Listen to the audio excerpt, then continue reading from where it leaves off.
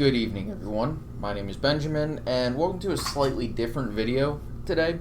I'm going to try and keep this one somewhat short. And before I get into it, I want to say thank you everyone who has liked, commented, subscribed. I greatly appreciate it, and I hope for more. And if you are new, likes, comments, subscriptions greatly do help, and I greatly appreciate them.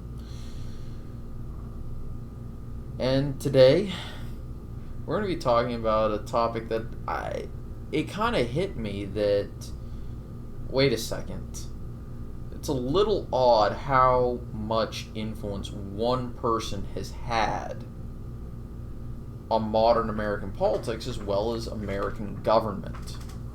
And that person is the person you're looking at on your screen, not me. Person who is actually on the screen. Barry Goldwater. Hence the title of this video. So just a quick overview of who Barry Goldwater was. He was the very conservative senator from Arizona who actually wound up losing the only time he ran for president. He lost in 1964 to Lyndon Baines Johnson, and it was not particularly close either. And this is where we get into why would I say that we're living in Barry Goldwater's America rather than Lyndon Johnson's America. And this is because if you went back and after that election asked a Republican what direction the party would go, they would have almost certainly said, well, probably to the Nelson Rockefeller, George Romney direction. And then if you told them they went the complete opposite and have actually been far more dominant than you would expect, in fact, there's a period in time where the Deep South is considered not just safe Republican,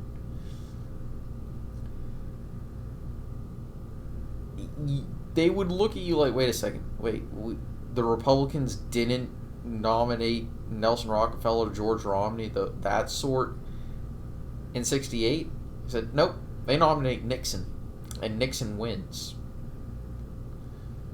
And he runs much more conservatively than he did in 1960 against Kennedy. He said, okay. And then he beats a Massachusetts liberal win a 49-state sweep. Say, wait a second, what? And then he said, after that, the next moderate Republican to run, or even liberal Republican, depending on what you want to call him, actually winds up losing to a Southerner named Jimmy Carter. But Carter loses his re-election bid to a deeply conservative California governor, who then in 84 gets another 49-state sweep.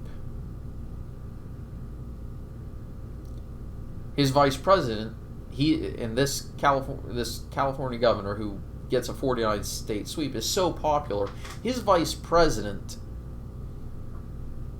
is elected in a convincing election too.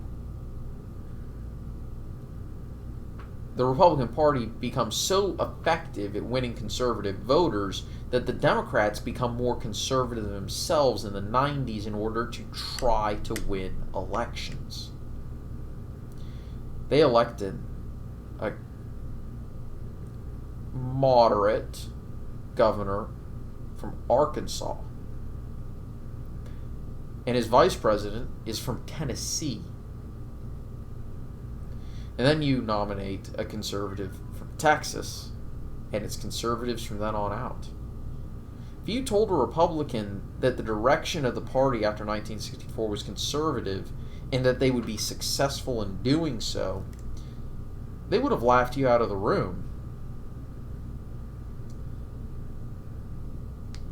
And this is why it's so shocking that this is why I've come to realize, wait a second, this isn't the Johnson vision of America. This is the Goldwater vision of America, is where conservative politics dominate. And the reason I say that is Goldwater has had a massive influence over the Republican Party. Reagan took deep inspiration from Goldwater. He also took deep inspiration from the fiscal conservatism of Calvin Coolidge. But let's focus on Goldwater here. Nixon, of course, campaigned actively for Goldwater and used his loyalty to Goldwater to boost his credentials within the Republican Party to win nomination in '68. And then he was able to manage to run on a slightly more conservative platform and win over some Southern voters. And of course, Reagan, very much in the mold of Goldwater. H.W. Bush, he wasn't liberal or, overly moderate. He was conservative in a lot of ways. George W. Bush was absolutely a conservative, as was Dick Cheney, his vice presidential pick. And then, of course, McCain was very moderate in a lot of ways, though. He had a reputation for bucking Republican trends. Obviously, Speaker of the House in the 90s, Newt Gingrich is very conservative. And then, of course, McCain, in order to shore up his support among conservatives, chose Sarah Palin to be his vice presidential pick, who, is conservative. And then, of course, you've got Mitt Romney, who a lot of people probably don't view as overly conservative, but he wasn't unconservative.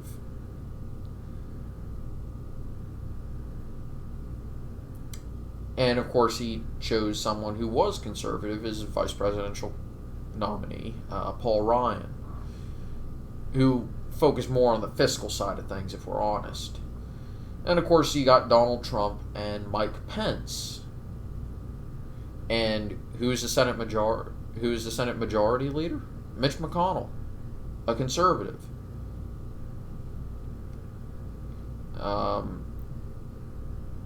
I want to say Nunez is the House Minority Leader, the Republican House Leader.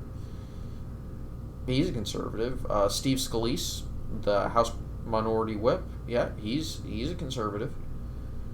And you go through, and it's conservative. There aren't a lot of liberal or moderate Republicans left. That is how successful Barry Goldwater's hijacking of the Republican Party was. And it almost mirrored I'll call it a party hijacking that Donald Trump was able to orchestrate in 2016. Except that was a takeover by populists. And this is kind of where I'm getting at, that Goldwater influenced the Republican Party, and because the Republican Party has held the presidency for far longer than the Democrats have since Goldwater ran for president, he's had an oversized influence on American politics. And the thing is, Nixon shored up his appeal to conservatives by saying that he would nominate strict constructionist judges to the Supreme Court. And this would appeal to conservatives because a conservative would say that while the language in the Constitution is often vague, we must adhere to the strictest interpretation of the law, which is often the small government interpretation. Otherwise, we're writing into the Constitution our own thoughts, feelings, and beliefs rather than what the Constitution actually says. And we have no place in doing that. So if it is unclear which interpretation should be used, then we must adhere to the strictest, smallest government option. rather than risk being wrong by opting for the more open interpretation. Because if it turns out we were wrong, then we can always expand it later. But once expanded, we can never shrink it back. And as you can see, while in the early years Republicans sometimes messed up and nominated John Paul Stevenses and suitors to the Supreme Court every now and then, Republicans have gotten very good at nominating originalists, including Antonin Scalia. They attempted with Robert Bork. Clarence Thomas, of course. John Roberts. And now they've got Neil Gorsuch, Brett Kavanaugh, and soon Amy Coney Barrett onto the Supreme Court. It's a very successful implementation of a judicial philosophy by a political party. And that is owed to Barry Goldwater. Because without his attempt at winning conservative voters, the Republican Party would never have thought that, hey, if we can actually promise and deliver one thing conservatives want, they'll love us forever. And Goldwater framed America as a conservative nation, and in a lot of ways he is correct. And he was able to win an argument even though he lost the battle. Barry Goldwater is a prime example of losing the battle but winning the war. Because when you want to talk about how many terms Republicans have held since Goldwater ran, well, you've got the term, you got 68, 72, 80, 84, 88, 2000, 2004, 2016. That's 8 terms compared to the Democrats getting 76, 92, 96, 2008, 2012. 5. 8 terms to 5. That's 32 years to 20 years. Republicans have been in office for 12 years longer than Democrats have since Barry Goldwater ran for president. Or, since that term. You can go 8 years if you want to include Lyndon Johnson's term from 65 to 69. But that's still a lot. That's 2 whole terms that Democrats are behind.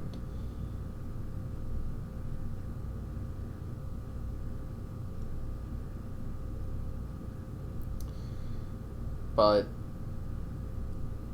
that should tell you that Goldwater had an outsized influence on American politics, especially for a presidential loser who was never anything higher than a senator. Anyway, I'm going to end it there. I hope you all enjoyed. I'll see you all next time. Take it easy. Have a very nice evening. I'll see you next time. Bye-bye.